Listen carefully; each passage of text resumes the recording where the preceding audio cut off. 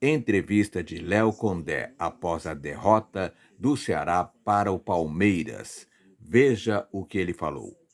Realmente, a gente sempre vai para as partidas com a expectativa de conseguir o melhor resultado possível. Então a gente tenta criar estratégias de acordo com aquilo que a gente entende que o adversário tem de virtude, aquilo que o adversário tem de dificuldade, e também dentro das nossas possibilidades, né, dentro das características que a gente tem dentro do elenco. Então, hoje se desenhou algo que a gente já vinha treinando também, de usar um quarto homem de meio. No jogo contra o Cruzeiro, a gente trabalhou com três volantes e com uma transição muito forte, diante da ausência do Pedro, e também, até mesmo, característica do Palmeiras, a gente queria povoar um pouco mais a entrada da área. A gente sabia que o Palmeiras tem uma jogada muito forte de finalização de entrada de área, cruzamentos, e a gente conseguiu controlar bem, né? No primeiro tempo, assim, eles tiveram um volume bem maior, que é natural, jogando em casa, até a gente se adaptar ao gramado, mas a gente estava sempre bem protegido, né? As finalizações do Palmeiras eram de longa distância ou de cruzamento, não teve aquela finalização clara. O que a gente ajustou no intervalo, que a gente precisava melhorar um pouco, era mais o nosso jogo. Quando a gente recuperava a bola, o que fazer com ela? Muitas vezes a gente tinha possibilidade de contra-atacar, a gente estava tentando sair com o jogo apoiado. Em alguns momentos a gente tinha espaço para sair jogando, a gente estava esticando a bola. Então a gente achou no segundo tempo esse time de melhorar nosso jogo com a bola. Então a gente, mesmo com essa estruturação, a gente marcou bem o Palmeiras e começamos a ganhar campo.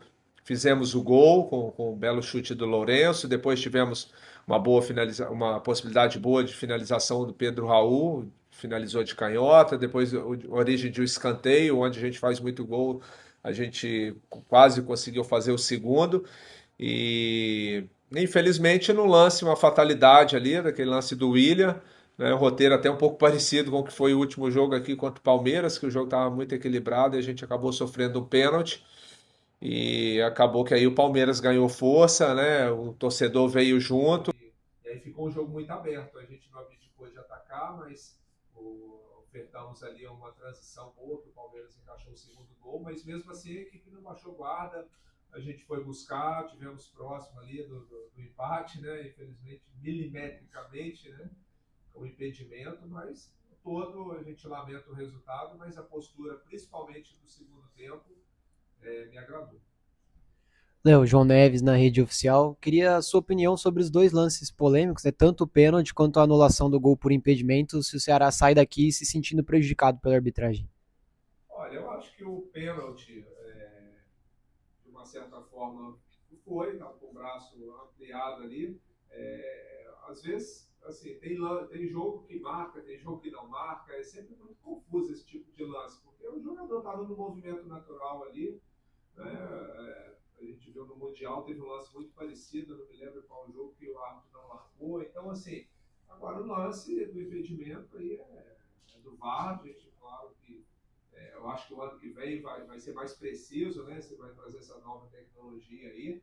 Que esse lance muito ajustado a gente sempre fica se questionando, mas no decorrer do jogo ali, a arbitragem pressionou um pouco o nosso goleiro no primeiro tempo. A gente não veio aqui para fazer cera, a gente veio para jogar. Ele realmente tinha machucado em alguns lances ali, mas de um modo geral, eu acho que a gente não pode transferir aí o resultado pela arbitragem, não. Isso é uma análise mais da diretoria, depois com mais calma vai fazer. Léo aqui, boa noite, Murilo Gomes do TikTok Sports. Curiosamente, como você citou, né, um roteiro meio parecido, como foi o último jogo que vocês jogaram aqui no Allianz Parque. Curiosamente, vocês sofreram os gols nos mesmos minutos, que foram 67, 69, aqui também, mas aqui vocês estavam com a vantagem de 1-0. Eu queria que você explicasse, você acha que essa foi falta de atenção depois do primeiro gol do Ceará, depois dessa virada, que o Palmeiras faz o gol de pênalti, depois já o Ceará toma virada em poucos instantes depois. Você acha que foi falta de atenção? Foi algum ajuste tático que faltou? Eu queria que você analisasse esses, novamente, dois gols muito rápidos do Palmeiras. Eu acho que assim, o primeiro gol foi fatalidade, é um lance questionável, mas assim, o William, acho que o nosso setor defensivo hoje foi muito bem durante a maior parte do jogo. É sempre muito difícil jogar com o Palmeiras aqui no Allianz, e a gente conseguiu fazer um jogo bem estruturado. Agora, o segundo gol, a gente perdeu uma disputa de bola do Pedro lá com os dois zagueiros, eles fizeram uma transição muito rápida e uma jogada que eles são muito fortes no cruzamento, a gente conseguiu defender quase que a maioria das bolas de cruzamento, a gente defendeu bem. O Palmeiras faz muitos gols oriundos desse tipo de jogada, e infelizmente a gente não conseguiu defender uma que originou o gol. Léo, boa noite, é André do Dimensão Esportiva. Eu queria ouvir de você o saldo que fica para o Ceará depois de uma sequência de 3 partidas contra os 3 primeiros colocados, em que o Ceará consegue sair com 4 pontos, né, nesses 3 partidas. Eu queria saber o saldo que fica, principalmente a 10 dias aí de uma semifinal de Copa do Nordeste. Realmente a gente sabia que essa reta final seria pesadíssima, né, contra grandes adversários. Talvez nesse momento são os 3 postulantes ao título brasileiro, né? Cruzeiro, Flamengo e Palmeiras.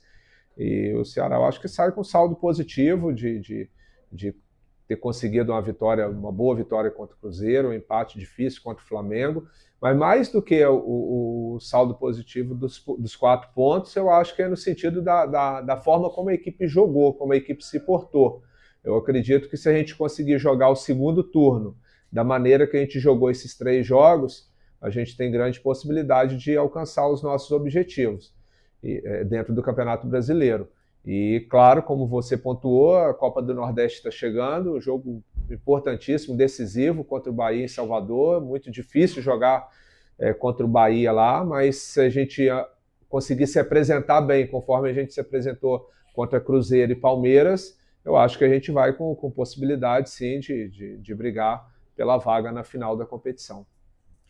Boa noite, Léo. Rafael do Tempo de Bola. Queria perguntar para você da sequência, até vindo da pergunta dele. O Ceará tem uma sequência difícil aí. Pega o Red Bull em casa, depois tem a semifinal da Copa do Nordeste contra o Bahia e depois encara o Grêmio fora de casa. A questão da logística também atrapalha a mentalidade do jogador. Eu queria saber como é a preparação do Ceará e se a questão da logística atrapalha todo um preparo físico. Obrigado. Olha, assim, a dificuldade no Campeonato Brasileiro, ela vai sempre existir, porque o nível das equipes são bons, o investimento tem sido muito alto. Hoje, os melhores jogadores sul-americanos, os jogadores mais caros da América do Sul estão jogando futebol brasileiro, Campeonato Brasileiro. Então, todos os jogos, caráter decisivo e grau de dificuldade bastante elevado. Mas o clube, de um modo geral, dentro das suas condições, está tentando fazer sempre o melhor, ofertando para a gente uma boa logística, uma boa estrutura. Claro que assim, é o primeiro ano, né, retornando da Série B. O clube tem a mente bem aberta, a direção de estar sempre procurando melhorar. E a gente sabe que essa viagem agora a gente vai tentar fazer uma boa estruturação de viagem, porque tem o jogo decisivo, importante, contra o Red Bull em casa e depois 2 jogos difíceis fora. Agora, mesmo fazendo uma boa logística, a gente sofre sim pela distância, né? Você sair do penúltimo estado do Nordeste para jogar no sul do país é uma distância grande, né? Muita gente reclama de ir lá jogar 1, 2 vezes, né, contra Ceará e Fortaleza. A gente sai 19, 18, né, que aí você tira o clássico. Então, assim, mas a mobilização é grande, a gente não coloca isso como obstáculo, a nossa capacidade de superação e passar por cima disso, de representar bem o clube e o estado no Campeonato Brasileiro, ela é maior do que essas adversidades que a gente tem pela frente. Professor, aqui de novo, 2 em 1, rapidinho. Sobre o Lourenço, né? Ele volta a ser utilizado contra o Cruzeiro, dá uma assistência, né, naquele jogo importantíssimo e hoje marca um golaço. Assim. Se não era um cara que estava sendo titular de forma frequente, essas últimas exibições dele o credenciam para estar mais vezes entre os 11? E outra questão é que os reforços, né, os novos reforços, os Vinícius, o Zanocelo e também o Vina, não vieram para cá ainda. Eu queria saber sobre essa semana, né? Foram poucos treinos ainda, mas como é que está a questão física? O que você pôde ver nesses primeiros dias, né? Como é que o torcedor alvinegro pode esperar aí para o futuro, se eles vão estrear ou não e quando, né? Mais ou menos. Obrigada. Bom, o Lourenço foi um jogador muito importante na temporada passada. Esse ano, infelizmente, ele apresentou ainda com lesão, que oriundo do último jogo, né, lá da temporada passada, ficou um tempo afastado, voltou, eu rodei bastante ali os volantes dos primeiros jogos, E depois, de uma forma natural, o Diego, o Sobral foram ganhando um pouco mais de espaço, mas o Lourenço aproveitou esse período, principalmente a pausa agora do Mundial, para melhorar o condicionamento físico dele, e melhorou, né? Tá nítido dentro de campo, que era algo que a gente sabia que ele ia sofrer um pouco, em razão de ter perdido muito o início de preparação ali. E agora ele está conseguindo jogar em um bom nível, um jogador tecnicamente muito qualificado, é uma posição, como eu sempre pontuo, que o Ceará está muito bem servido, com características diferentes.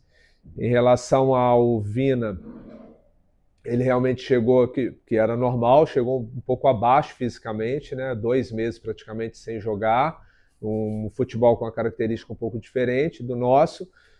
Vai levar um certo tempo para a gente colocar ele em boas condições. O torcedor quer ver ele o quanto antes, ele também quer jogar o quanto antes, mas e nós também queremos o jogador do potencial e da qualidade dele o mais rápido possível. Porém, a gente não pode expor ele ainda não estando, pelo menos, no mínimo de condição física para jogar, que vai acabar a tendência a sofrer uma lesão ou não conseguir acompanhar o ritmo acelerado que está sendo esses jogos do Campeonato Brasileiro. Mas a gente acredita que o mais rápido possível, que ele estiver apto, a gente vai levar para os jogos. O Zanocelo acabou de chegar, foi mais exame físico, fez um treino só com bola, ele já vem de uma condição física um pouco melhor, estava jogando, né, mais um volante de boa qualidade que a gente passa a ter à disposição no elenco.